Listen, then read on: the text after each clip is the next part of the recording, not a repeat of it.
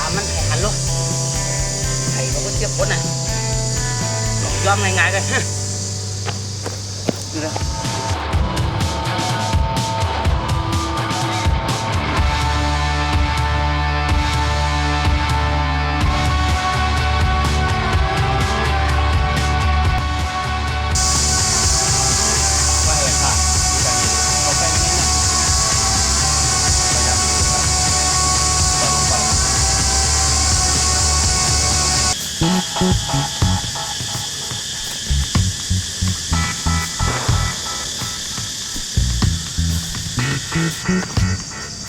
หายกว้างอะไรเหรอวะอ๋อเขากั้นหาเดี๋ยวมือไกลแน่ตีเตะมันมามีไหนหลงแน่ตีผู้ลองเก่าอยู่เว้ย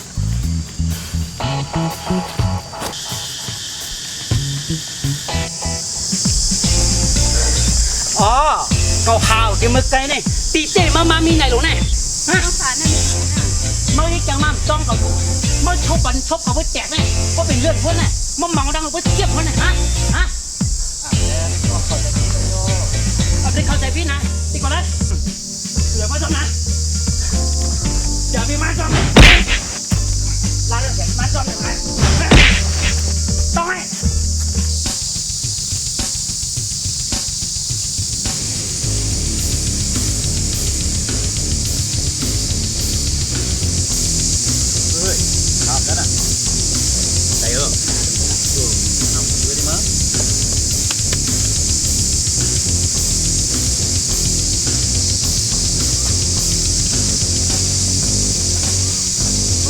เผาวะ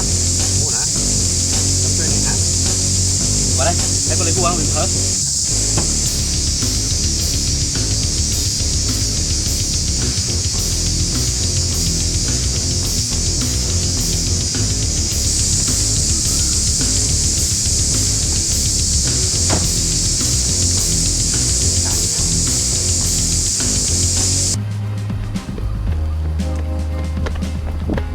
Kembangan kanan nih, kembangan kanan. Biarlah. Kam lai lian mang ni kanan ah. Mới về, mới ở bên này là ăn phải đấy. Oh, makai kembangan kanan kam lai lian. Ôi cùng mến cái, ngay đây hả cả này.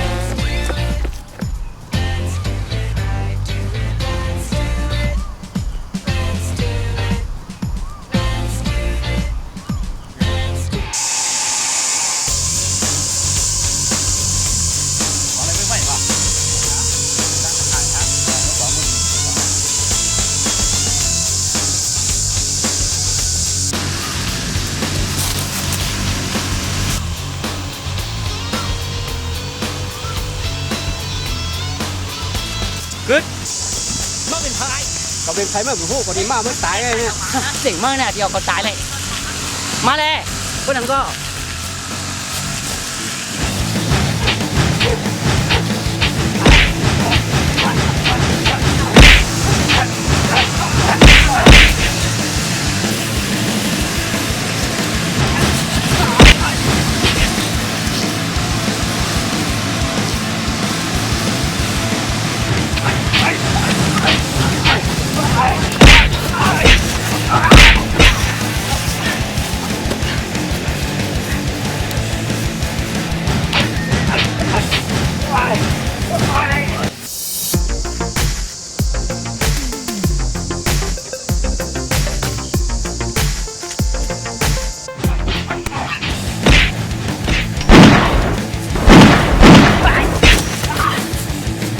Biến được chưa?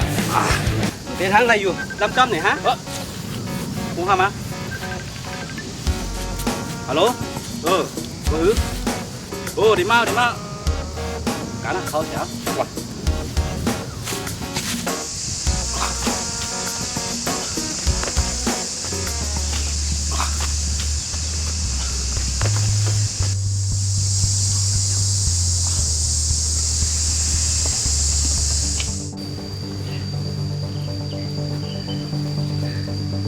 เขาเนี่ย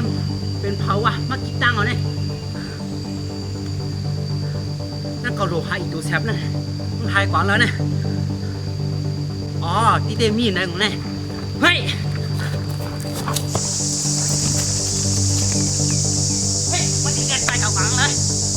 mới chỉ loạt cầu hát cái mày hả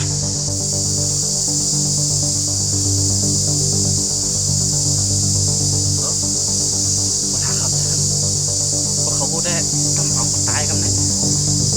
เด็กเงี้ยมากำเขาแท้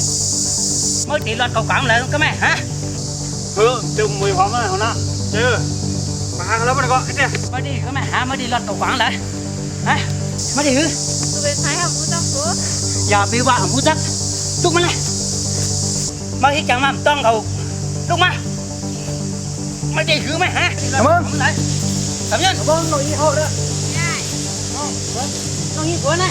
พยายามแล้วในซ่วมเจ้าฮ่าว่าให้มีน้องผ่าแผลอันนี้น้องมือหอมแอลกอฮอล์หมวยเงินพยายามแล้วในซ่วมสุดต้องแรงกุ้ย เข้ามาที่จังหวะน้องพี่เลยตั้งใจนะ อันนี้น้องในกรอบปีเอ๊ะแต่ว่าจะทางหน้าพวกนั้นข้อมือกันดี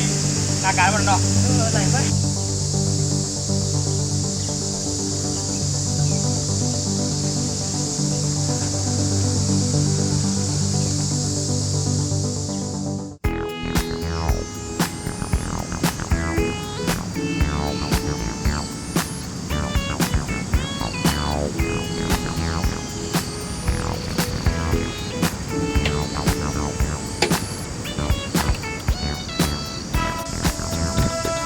ยายเข้าหนึ่งมาเจ็บมันมาขับอ่ะมาของมาไปบนเนี้ยแต่ในผู้หาอยู่เนี่ยในดอกเสียง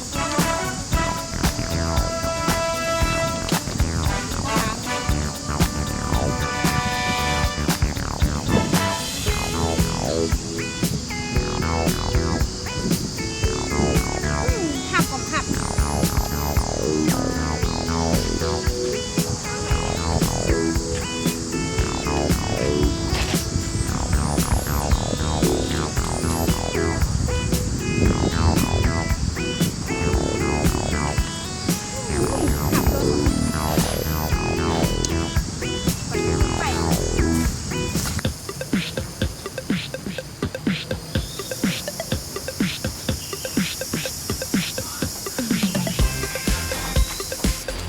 ตั้งมาวันนั้นกันเย็น